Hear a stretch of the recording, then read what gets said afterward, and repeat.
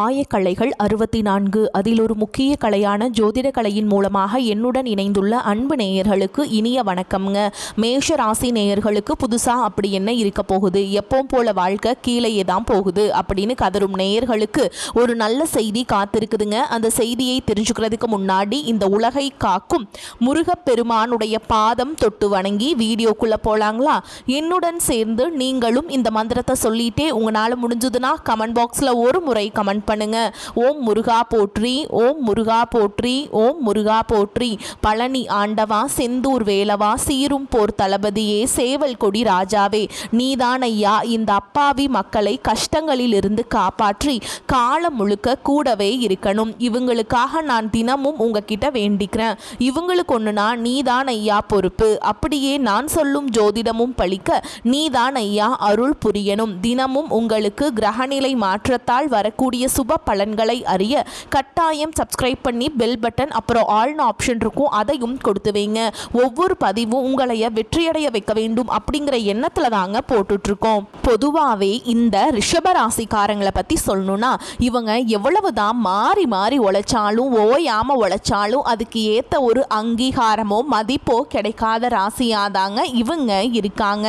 பல நேரங்கள்ல என்னடா இது நமக்கு ஒரு மதிப்பு கூட இல்லையா அப்படின்னு நினைக்கிற நிலைமை இருந்தாலும் பரவாயில்ல, பாசத்துக்கும் நேசத்துக்கும் கட்டுப்பட்டு தங்களுக்குள்ள இருக்கக்கூடிய அத்தனை துன்பத்தையும் கஷ்டத்தையும் வெளியே காட்டிக்காம மறைச்சுக்குவாங்க. சில நேரங்கள்ல அசிங்கத்தையும் அவமானத்தையும் கூட சந்திக்க நேரிடும். ஆனா அதையும் வெளிப்படுத்தாம நான் அசிங்கப்பட்டாலும் பரவாயில்ல, என் குடும்பம் நல்லா இருக்கணும் அப்படின்னு தனக்குன்னு இருக்கக்கூடிய உறவுகளை காக்கக்கூடியவங்களா மிகச்சிறந்த குணம் கொண்டவங்களா இவங்க இருக்காங்க. இவ்வளவு அருமையான தங்கமான நற்குணங்களை கொண்ட ரிஷபராசிக்கார அன்பர்களே, எல்லாரும் நலமாயிருக்கீங்களா? ஏங்கம்மா நீங்க வேற எங்களை பார்த்து இப்படி ஒரு கேள்வி கேட்குறீங்களே, எங்களை பார்த்தா இப்ப நலமாயிருக்கிற மாதிரியா தெரியுது? எங்க வாழ்க்கையில ஒவ்வொரு நாளும் ஒவ்வொரு நிமிஷமும் பலவிதமான பிரச்சனைகளை எதிர்கொண்டு போராடி வாழ்ந்துட்டு இருக்கோம். நாங்களே ஏண்டா பிறந்தோம் அப்படின்னு கஷ்டப்பட்டுட்டு இருக்கோம். இந்த நிலைமையில எங்களை பார்த்து நலமாயிருக்கீங்களான்னு ஒரு கேள்வி நீங்கள் கேட்டுட்டீங்களே அப்படின்னு நீங்கள் கலங்கி கண்ணீர் விடுறது எனக்கு நல்லாவே புரியுதுங்க. உங்கள் மனக்குமுறல் எனக்கு கேட்குது. ஆனால் கலங்காதீங்க ரிஷபராசிக்காரங்களே, இனி வரக்கூடிய காலங்களில் உங்கள் வாழ்க்கையில் இருக்கக்கூடிய இந்த இக்கட்டான சூழல் எல்லாமே வெயிலை கண்ட பனித்துளி போல ஒரு காணல் நீராக மறைய போகுது. உங்களுடைய நீண்ட நாள் கனவுகள் ஆசைகள் எல்லாமே ஒவ்வொன்றா நிறைவேற போகுது. குறிப்பாக திருமணமாகாமல் ரொம்ப நாளாக காத்துட்ருக்கவங்களுக்கு இந்த திருமண தடை முற்றிலுமாக நீங்கி கெட்டி மேலம் கொட்ட போகுது. அதே போல வீட்டில் ஒரு மழலை சத்தம் கேட்காதா அப்படின்னு ஏங்கிட்டு இருந்த குழந்தை பாக்கியம் இல்லாதவர்களுக்கு அழகான குழந்தை பாக்கியம் கிடைக்க போகுது. அது மட்டும் இல்லாம இது நாள் வரைக்கும் உங்களை வேண்டாம் அப்படின்னு சொல்லி உதறி தள்ளிட்டு போன சொந்த பந்தங்கள் இருக்காங்க இல்லையா, அவங்க எல்லாருமே இனி வரக்கூடிய காலங்களில் உங்க அருமை பெருமகளை புரிஞ்சுக்கிட்டு உங்களை தேடி உங்க வீடு தேடி வர போறாங்க. உங்களுடைய உடல்நிலை முன்னை விட ரொம்பவே ஆரோக்கியமா தெம்பா இருக்க போகுது. உங்க கையில பணப்புழக்கம் தாராளமா அதிக அளவுல இருக்க போகுது. மொத்தத்துல சொல்லணும்னா உங்க வாழ்க்கையே நீங்க ஆச்சரியப்பட போற அளவுக்கு ஒரு அருமையான வாழ்க்கையா மாறப்போகுதுங்க. சரிங்க ரிஷபராசிக்கார நேயர்களே, இந்த காலகட்டத்தில் கிரக நிலைகள் எப்படி இருக்குதுன்னு கொஞ்சம் விரிவா பார்க்கலாங்களா? உங்க ராசியில சந்திர பகவான் இருக்காருங்க. தன வாக்கு குடும்பஸ்தானத்துல குரு பகவான் அமர்ந்திருக்கார். சுகஸ்தானத்துல ஞானக்காரகன் கேது பகவான் இருக்காருங்க. கொஞ்சம் கவனிக்கக்கூடிய விஷயம் என்னன்னா அஷ்டமஸ்தானத்துல சூரிய பகவானும் புதன் பகவானும் சுக்கிர பகவானும் கூடவே செவ்வாய் பகவானும் சேர்ந்திருக்காருங்க. தொழில் ஸ்தானத்துல கர்மகாரகன் சனி பகவானும் ராகு பகவானும் இருக்கிறாருங்க. ராசி மண்டலத்துல இரண்டாவதா இருக்கக்கூடிய ஒரு கம்பீரமான ராசி தாங்க நம்மளுடைய ரிஷபராசி. இந்த ரிஷபராசியில கார்த்திகை நட்சத்திரத்தோட 2, 3, 4 பாதங்களும், ரோஹிணி நட்சத்திரம் முழுவதும், மிருகசீரிஷ நட்சத்திரத்தோட 1ஆம் பாதம் 2ஆம் பாதம் இதெல்லாம் இந்த ராசியில அடங்குங்க. ரிஷப ராசிக்காரங்களுடைய ராசி அதிபதி யாருன்னு பார்த்தீங்கன்னா அது சுக்கிர பகவானுங்க. ரிஷப ராசிக்காரங்களுக்கு நட்பு ராசியா, அதாவது சாதகமான ராசியாக இருக்கக்கூடியவங்க யார் யாருன்னு பார்த்தீங்கன்னா மிதுனம், மகரம், கன்னி, கும்ப ராசிக்காரங்க தாங்க. ரிஷப ராசிக்காரங்க எப்படின்னா குறி தவறாத, குறி விலகாத அம்பு போல தங்களுடைய குறிக்கோள் தவறாம லட்சியத்தோடு வாழக்கூடியவங்களா இருக்காங்க.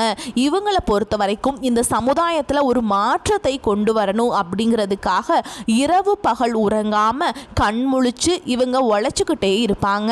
உழைப்புக்கு அஞ்சாதவங்க நீங்க. நான் உறுதியா சொல்றேங்க, இனி வரக்கூடிய காலங்களில் ரிஷப ராசிக்காரங்களுடைய வாழ்க்கையில கவலை, கண்ணீர் அதுக்கெல்லாம் ஒரு துளி கூட இடம் கிடையாதுங்க. நீங்க எந்த அளவுக்கு கடினமா உழைக்கிறீங்களோ அந்த அளவுக்கு பல மடங்கு உங்களுக்கு தொழிலில் லாபம் கிடைக்குங்க. இப்போ கிரக நிலைகள் மாறுவதால ரிஷப ராசிக்காரர்களுக்கு என்னென்ன நன்மைகள் நடக்க போகுது, அதை எப்படி நமக்கு சாதகமாக ஒரு பெரிய லாபமாக மாற்றுறது அப்படிங்கிறத பற்றி தாங்க நம்ம இன்னைக்கு இந்த வீடியோ பதிவில் ரொம்ப தெளிவாக விரிவாக பார்த்து தெரிஞ்சுக்க போகிறோம். ரிஷபராசிக்காரங்க எப்போவுமே எதையும் ஒரு சிரித்த முகத்தோட அணுகும் தந்திரசாலிகளாக இருக்காங்க. அவங்களுக்கு மற்றவங்களை நோகடிக்க தெரியாதுங்க. மனசில் ஒன்று வச்சுக்கிட்டு வெளியில் ஒன்று பேச தெரியாது. தொழில் ஸ்தானம்னு சொல்லக்கூடிய 11வது வீட்டில் சனி பகவான் நிரந்தரமாக குடியேறதுனால தொழிலில் பெரிய லாபம் உண்டாகும். உங்கள் மேலே இருந்த கெட்ட பெயர்கள், அவச்சொற்கள் எல்லாமே விலகி போயிருங்க. ஓகேங்களா? கிரகங்களை பார்த்தா குரு பகவான் வக்ரகதியில் இருக்கிறதுனால மார்ச் மாதத்தில் வக்ர நிவர்த்தி ஆகும்போது ரிஷபராசிக்கு 2வது வீட்டில் குரு இருக்கிறதுனால சுபகாரிய பேச்சுவார்த்தைகள் எல்லாமே வெற்றியை தரும். குடும்பத்தில் ரொம்ப நாளாக நடக்காமல் இருந்த சந்தோஷமான மங்கள காரியங்கள் எல்லாமே தடபுடலாக நடக்குங்க. அதே போல் ரிஷபராசிக்கு 8வது வீட்டில் செவ்வாய் உச்சம் பெற்றிருக்கிறதுனால உங்களுக்கு இருந்த பெரிய பெரிய மருத்துவ பிரச்சனைகள் கூட தீருங்க. இது ரொம்ப முக்கியமான விஷயம். இதுவரைக்கும் பார்க்காத வைத்தியரை நீங்க பார்க்க வேண்டிய கட்டாயம் வர செய்யுங்க. அப்படி பார்க்கும்போது அவர் போடும் ஒரே ஒரு ஊசியால் உங்க உடம்புல இருந்த பெரிய வியாதி கூட காணல் நீரா மறைஞ்சு போயிருங்க. இதனால் உங்களுக்கு மருத்துவ செலவுகள் பெரிய அளவில் குறைய போகுதுங்க. அதே மாதிரி புதன் வக்ரகதி அடையும் போது உங்களுக்கு யாரெல்லாம் குழி தோண்டிட்டு இருக்காங்களோ, யாரெல்லாம் உங்களை ஏமாத்துறாங்களோ, யாரெல்லாம் விருப்பம் இல்லாமல் உங்கள் கூட நடிக்கிறாங்களோ, குறிப்பாக உங்கள் குடும்பத்தில் பாதகமாக செய்திகளை யாரெல்லாம் பரப்புகிறாங்களோ அப்படிங்கிறத புதன் பகவான் உங்களுக்கு காட்டி கொடுத்துருவாருங்க. எதிரிகள் யாருன்னு நீங்கள் தெளிவாக தெரிஞ்சுப்பீங்க. அடுத்து சுக்கிர பகவான் தனுஷு, மகரம், கும்பம், மீனம் ஆகிய ராசிகளை கடந்து செல்லும் பொழுது ரிஷபராசிக்கு 9ஆம் வீட்டில் 10வது வீட்டுக்கு வரும்போது ஒரு மிகப்பெரிய பதவி யோகத்தை அவர் கொடுப்பாருங்க. அப்போ எல்லாமே விலகி போயிடும். மற்றவங்க கிட்ட இருந்த நம்பிக்கையை பெறக்கூடிய ஒரு அற்புதமான நேரமாக இந்த நேரம் உங்களுக்கு இருக்குங்க. இப்போ இந்த நன்மைகள் எல்லாம் நடக்கிறதுக்கு ஒரு சின்ன பரிகாரம் சொல்கிறேன், குறிச்சிக்கோங்க. பரிகாரமாக ஒரு 11 மிளகை எடுத்துக்கோங்க. அதை ஒரு சிகப்பு துணியில் கட்டி கால பைரவருக்கு தேய்பிறை அஷ்டமி அன்னைக்கு நெய் தீபம் போடணுங்க. இது ரொம்ப சக்தி வாய்ந்தது. அதே போல் அபிராமி அந்தாதியில் இருக்கக்கூடிய 2வது பாடலை நீங்கள் தினமும் படிக்கணுங்க. இன்னொரு முக்கியமான பரிகாரம், எலுமிச்சம்பழத்தை 2ஆ வெட்டி அதில் குங்குமம் வச்சு உங்கள் வீட்டில் 3 முறை சுற்றி வாசலில் பிழிந்து விடுங்க. இதனால் உங்கள் வீட்டில் இருக்கக்கூடிய கண் திருஷ்டி, பகை, பிரச்சனைகள் இது எல்லாமே விலகி போயிடும். உங்கள் வாழ்க்கை அருமையாக நிம்மதியாக மாறி போயிடும். நான் முன்னாடியே சொன்ன மாதிரி திருமணம் ஆகாதவங்களுக்கு திருமண தடை நீங்கி உங்களுக்கு ஏற்ற சரியான மனசுக்கு பிடிச்ச வாழ்க்கை துணையோட திருமணம் நடக்க போகுதுங்க. குழந்தை பாக்கியம் இல்லாதவங்களுக்கு இந்த இறைவன் அருளால குழந்தை பாக்கியம் கிடைக்க போகுது. பூர்வீக சொத்து ரீதியா ரொம்ப நாளாக இழுபறியாக இருந்த அனைத்து பிரச்சனைகளுக்கும் ஒரு சுமூகமான தீர்வு கிடைக்க போகுதுங்க. உங்கள் வாழ்க்கையில் இனி வரக்கூடிய காலங்களில் கவலை, கண்ணீர் அப்படிங்கிற பேச்சுக்கெல்லாம் ஒரு துளி கூட இடம் கிடையாதுங்க.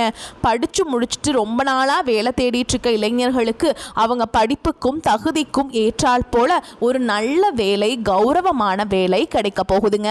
நான் உங்ககிட்ட ஒரு கேள்வி கேட்குறேன். இந்த உலகத்தில் யாருங்க உண்மையான கோடீஸ்வரன்? கோடி கோடியாக பணம் வச்சுருக்கவங்களா? பிடிச்ச உணவுகளை சாப்பிட்றவங்களா, இல்லை பிடிச்ச உறவுகள் கிட்ட மணிக்கணக்காக பேசுகிறவங்களா?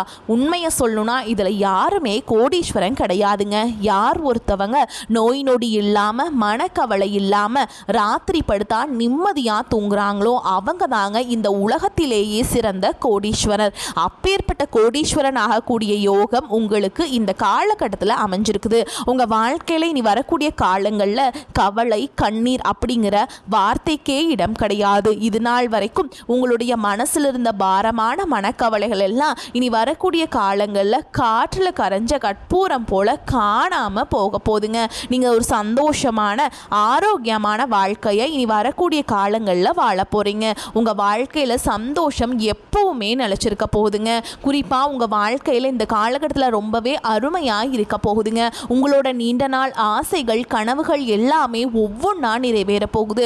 உங்களோட மனசில் ஒரு பெரிய தெளிவு அதிகரிக்க போகுது. புதுசாக ஒரு நம்பிக்கை பிறக்க போகுது. இவங்களால் இது முடியாது அப்படின்னு அடுத்தவங்க ஒதுக்கி வச்ச காரியத்தை கூட நீங்கள் அழகாக திட்டம் தீட்டி முயற்சி பண்ணி அந்த காரியத்தில் நீங்கள் வெற்றி அடைஞ்சு காட்ட போகிறீங்க.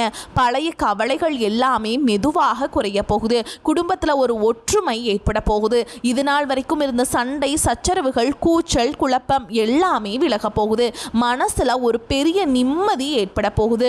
உடல்நிலை ரொம்பவே ஆரோக்கியமாக இருக்க போகுதுங்க. நல்ல செய்திகள் சுப செய்திகள் உங்களை தேடி வரப்போகுது. பாதியிலேயே தடைபட்ட வேலைகள் எல்லாம் இப்போ விறுவிறுன்னு நடக்க போகுதுங்க. பொருளாதார நிலை அதாவது தனவரவு மெதுவாக உயரப்போகுது. உங்ககிட்ட சேமிப்பு செய்யணும் அப்படிங்கிற எண்ணம் வரப்போகுதுங்க. நீண்ட நாளாக இருந்த உடல் சோர்வு குறைய போகுது. உங்களுடைய உறக்கம் சீராக இருக்க போகுதுங்க. நல்ல மனிதர்களுடைய நட்பு நல்லவர்களுடைய சகவாசம் உங்களை தேடி வரப்போகுது. சமூகத்தில் உங்களுடைய மதிப்பும் மரியாதையும் உயரப்போகுது. வேலை செய்கிற இடத்துல உங்கள் உழைப்புக்கான பாராட்டு உங்களுக்கு கிடைக்க போகுது. புதிய வாய்ப்புகள் உங்களை தேடி கதவை தட்ட போகுதுங்க. உங்களுடைய கற்றல் திறன் அதாவது புதுசாக தெரிஞ்சுக்கிற ஆர்வம் அதிகரிக்க போகுது. ஆன்மீகத்தின் மீது உங்களுடைய ஆர்வம் மற்றும் ஈடுபாடு அதிகரிக்க போகுது. உங்கள் மனசில் இருந்த தேவையற்ற பயம் குறைய போகுது. தன்னம்பிக்கை அதிக போகுது. பழைய பிரச்சனைகளுக்கெல்லாம் ஒரு நிரந்தர தீர்வு கிடைக்க போகுது. மொத்தத்தில் குடும்பத்தில் மகிழ்ச்சி ஏற்பட போகுது. சுபகாரியங்கள் அடுக்கடுக்காக வரிசையாக நடக்க போகுது. நீங்கள் செல்லக்கூடிய பயணங்கள் அது எதுவாக இருந்தாலும் உங்களுக்கு நன்மை தரக்கூடியதாக அமைய போகுது. வீண் செலவுகள் எல்லாமே குறைய போகுது. உங்களால் நல்ல முடிவுகள் தீர்க்கமான முடிவுகள் எடுக்க முடியுங்க. மன அமைதி கிடைக்குங்க. கணவன் மனைவி உறவுகளில் புரிதல் அதிகரிக்கும். உங்களுடைய முயற்சிகள் எல்லாமே வெற்றி பெறுங்க. இவ்வளவு நாள் நீங்க காத்துட்டு இருந்தீங்க இல்லையா, அந்த பொறுமைக்கான பலன் நிச்சயமா உங்களுக்கு இந்த காலகட்டத்தில் கிடைச்சே தீருங்க. நீங்க எதிர்பார்த்த உதவி சரியான நேரத்தில் உங்களை தேடி வரும். எதிர்கால நம்பிக்கை அதிகரிக்கும். உங்க வாழ்க்கையில சந்தோஷம் என்னைக்குமே நிலைச்சிருக்க போகுது. உங்களுடைய ஆசைகள் கனவுகள் எல்லாமே படிப்படியா ஸ்டெப் பை ஸ்டெப்பா நிறைவேற போகுது. உங்களுடைய வாழ்க்கையில இது நாள் வரைக்கும் இருந்த அனைத்து கஷ்டத்துக்கும் ஒரு முடிவு ஒரு தீர்வு கிடைக்க போகுதுங்க. மனிதனா பிறந்த ஒவ்வொருவருக்கும் ஆசைகள் இருக்கதாங்க செய்யும். அது இயற்கை. ஆனால் அந்த ஆசைகளிடையே நம்ம நினைச்சா மட்டும் பத்தாதுங்க. முழு மனசோட நம்மளுடைய ஆசைகளை அடைவதற்கான வழியை ஒவ்வொரு நாளும் இன்னைக்கு என்ன பண்ணணும்னு யோசிச்சு அதற்கான திட்டங்களை தீட்டி உழைச்சிக்கிட்டே இருக்கணுங்க. உழைச்சா நிச்சயமா நம்மளுடைய ஆசைகள் எல்லாமே நிறைவேறிடும். உங்க வாழ்க்கையில இனி வரக்கூடிய காலங்களில் உங்களுடைய அனைத்து ஆசைகளும் நிறைவேற போகுது. அப்படி ஒவ்வொரு மனிதனுக்கும் இருக்கக்கூடிய பொதுவான ஆசை என்னன்னு பார்த்தீங்கன்னா 16 செல்வங்களையும் அடைந்து குறைவில்லாமல் வாழணும் அப்படின்னு தான் ஒவ்வொரு மனிதனுடைய ஆசையும் இருக்குதுங்க. பணம் வேணும், பதவி வேணும், புகழ் வேணும், கௌரவம் வேணும் அப்படின்னு தான் ஒவ்வொரு மனிதனும் தினமும் வாழ்ந்துட்டு இருக்கான். அதை நோக்கிய பயணத்தை தான் ஒவ்வொரு நாளும் மனிதன் வாழ்ந்துட்டு இருக்கான். ஆனால் வருத்தமான விஷயம் என்னன்னா ஒவ்வொரு நாளையும் ரசிச்சு வாழ்றது கிடையாது. எந்த ஒரு மனிதனும் ஏதோ ஒரு போராட்டத்தில் தாங்க இந்த உலகத்தில் வாழ்க்கையை வாழ்ந்துட்டு இருக்காங்க. ரிஷப ராசிக்காரங்களே, உங்க வாழ்க்கையில மேலும் நல்லதெல்லாம் நடக்க நீங்க செய்யக்கூடிய இன்னொரு எளிய பரிகாரம் என்னன்னு பார்த்தீங்கன்னா, உங்க வீட்டு பக்கத்தில் இருக்கக்கூடிய ஆதரவற்ற வயதான முதியவர்களுக்கு உங்களால் முடிஞ்ச சின்ன சின்ன உதவிகளை செஞ்சுட்டு வாங்க. இந்த உதவியை நீங்க செய்யறதன் மூலமா நீங்க உங்க வாழ்க்கையில தெரிஞ்சோ தெரியாமலோ செய்த பாவங்கள் எல்லாம் குறைந்து உங்களுடைய எண்ணம் போல் உங்க வாழ்க்கையில் எல்லாமே நல்லபடியா நடக்கும். நான் உறுதியா சொல்றேங்க, இனி வரக்கூடிய காலங்களில் உங்களுக்கு நல்லது மட்டும்தான் நடக்கும். நன்மை மட்டும்தான் நடக்கும். வரக்கூடிய வாய்ப்புகளை தவற விட்டுறாதீங்க, கெட்டியாக பிடிச்சுக்கோங்க. வாழ்த்துக்கள். வாழ்க வளமோடு நலமோடு. நன்றி, வணக்கம்.